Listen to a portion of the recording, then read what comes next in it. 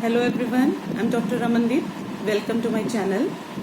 Now in last video we had covered the topic up to aphorism number 5 according to Dr. Henneman. Now today we'll take the explanation of aphorism number 5 by Dr. Kent, which states that the probable exciting cause of the disease is the inflowing of cause. Now in aphorism 5 we have discussed the exciting cause of the disease. I had already related the things, that is the cause of the disease, which is responsible for the present disease condition. Maybe mainly they are the fundamental cause, exciting cause and the maintaining cause. The details will be covered in next aphorism. Here we are taking the probable exciting cause. Probable means which is the possible exciting cause of the disease. Now clinically when we take this thing, when patient visits the homeopathic physician, he will relate his complaint, he tells his symptoms, we will observe the signs. When we come to the complete case taking, what happens is we have to find out the cause of the disease. What thing is responsible, what condition is responsible for the present symptoms of the patient. That is the exciting cause. What is responsible for increasing the problem of the patient, that will be the exciting cause, probable exciting cause, because we'll take the complete case, that is have the questioning, then patient will relate in his own language, will observe the signs also. From all that we'll take the possible exciting cause is the inflowing of the cause as an invisible immaterial substance which having fastened upon the interior. Now interior of the organism is the vital force, what we have already discussed.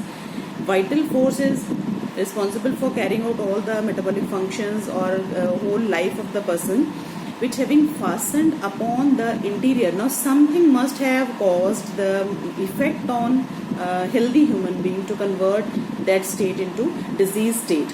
That is which having fastened upon the interior. Upon the interior means internal, that is vital force is being affected by some or other cause. That is the probable exciting cause, flows from the very center to the outermost of the economy.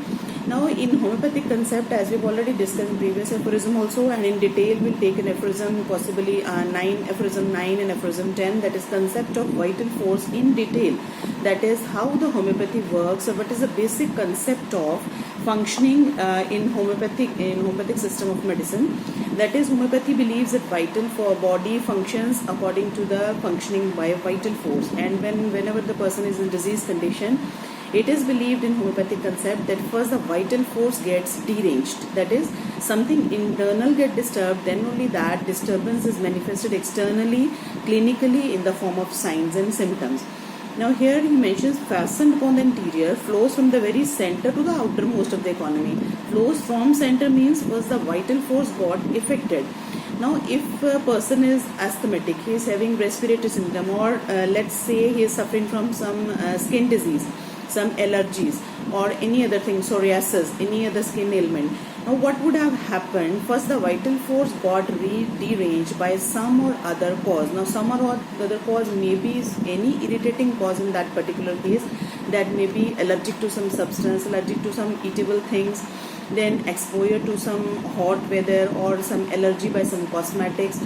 All these can be the cause of the present skin ailment. Means these are the exciting cause, probable exciting cause. Now that exciting cause, what they must have done, they have affected the vital force first, that is the interior of the organism. Now that internal disturbance then comes to the surface.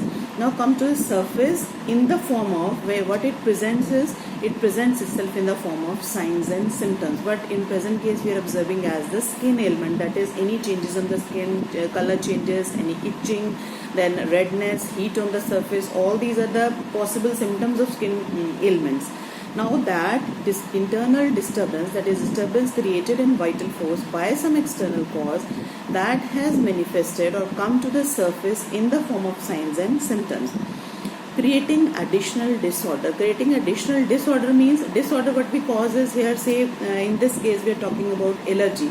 We will diagnose it as that patient is having allergic urticaria, for example. Patient is having urticarial hives all over the body, large or small hives. Now that is the disorder. What will clinically diagnose that case, that is a disorder. It means to say that disorder has definitely arisen from the internal derangement of the vital force, which is possibly caused by some or other cause, which is called the exciting cause. This is true of psora, syphilis and psychosis. Now here it is mentioned, this is true of psora, syphilis and psychosis, means these are the miasms. Miasms in previous video I had already taken in brief, that is the concept of miasm. We'll take in further many aphorisms of the organon of medicine.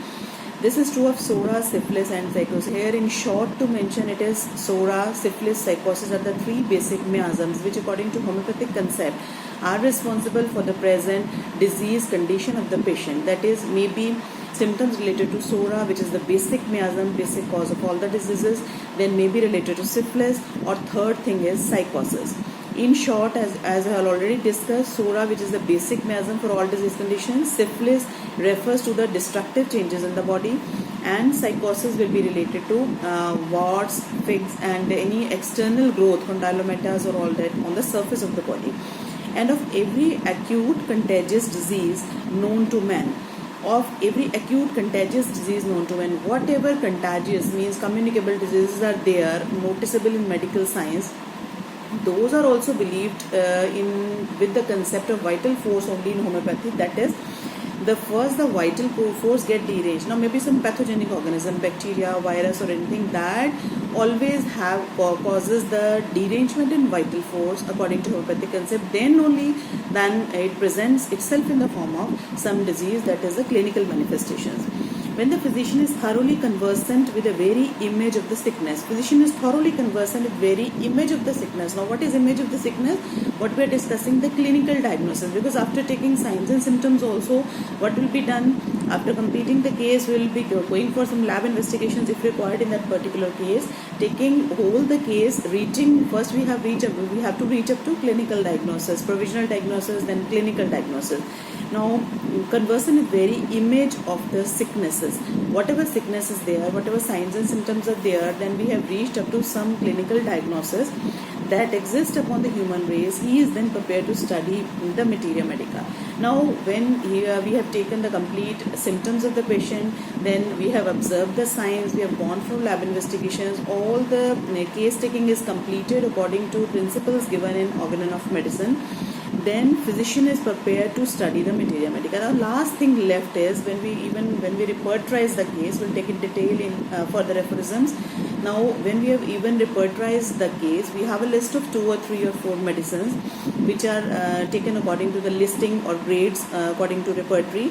Now last of all, what thing is to be done? Materia medica is to be studied, because materia medica is the basic study of all the homeopathic medicines which we have in detail, which are mentioned according to provings done in homeopathy.